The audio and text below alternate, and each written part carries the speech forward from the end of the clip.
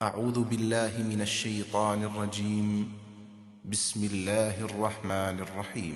ألم تر إلى الذين أوتوا نصيبا من الكتاب يدعون إلى كتاب الله ليحكم بينهم ثم يتولى فريق منهم وهم معرضون ذلك بأنهم قالوا لن تمسنا النار إلا أياما معدودات وغرهم في دينهم ما كانوا يفترون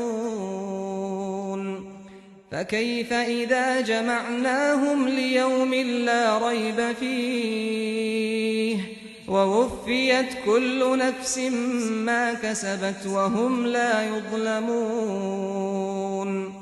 تم نے دیکھا نہیں ان لوگوں کو جو کتاب سے بہرہ یاب ہوئے، انہیں اللہ کی کتاب ہی کی طرف بلایا جا رہا ہے کہ ان کے درمیان اختلافات کا فیصلہ کر دے۔ پھر دیکھا نہیں کہ انہی میں سے ایک گروہ اس سے منہ پھر لیتا ہے، اور حقیقت یہ ہے کہ یہ منہ پھیر لینے والے لوگ ہی ہیں۔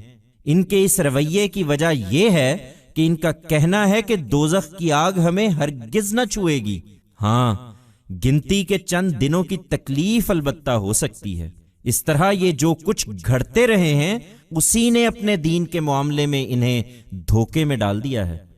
لیکن کیا بنے گی اس وقت جب ان کو ہم ایک ایسے دن کی پیشی کے لیے اکٹھا کریں گے جس کے آنے میں کوئی شبہ نہیں، اور جس میں ہر شخص کی کمائی کا بدلہ اسے پورا دے دیا جائے گا اور لوگوں پر کوئی ظلم نہیں کیا جائے گا۔ Have you not seen those who have received the book of God? They are being called to the very book of God that it may decide the differences among them. Then have you not seen that one group among themselves turns away and, in reality, they are ones who always turn away?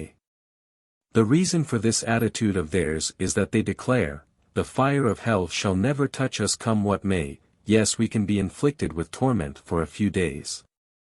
In this way, it is what they have been fabricating that has deceived them in the matter of their religion. But what will happen when we gather them all for a day of meeting which is sure to come and in which every soul shall be fully given what it earned and no injustice shall be faced by anyone?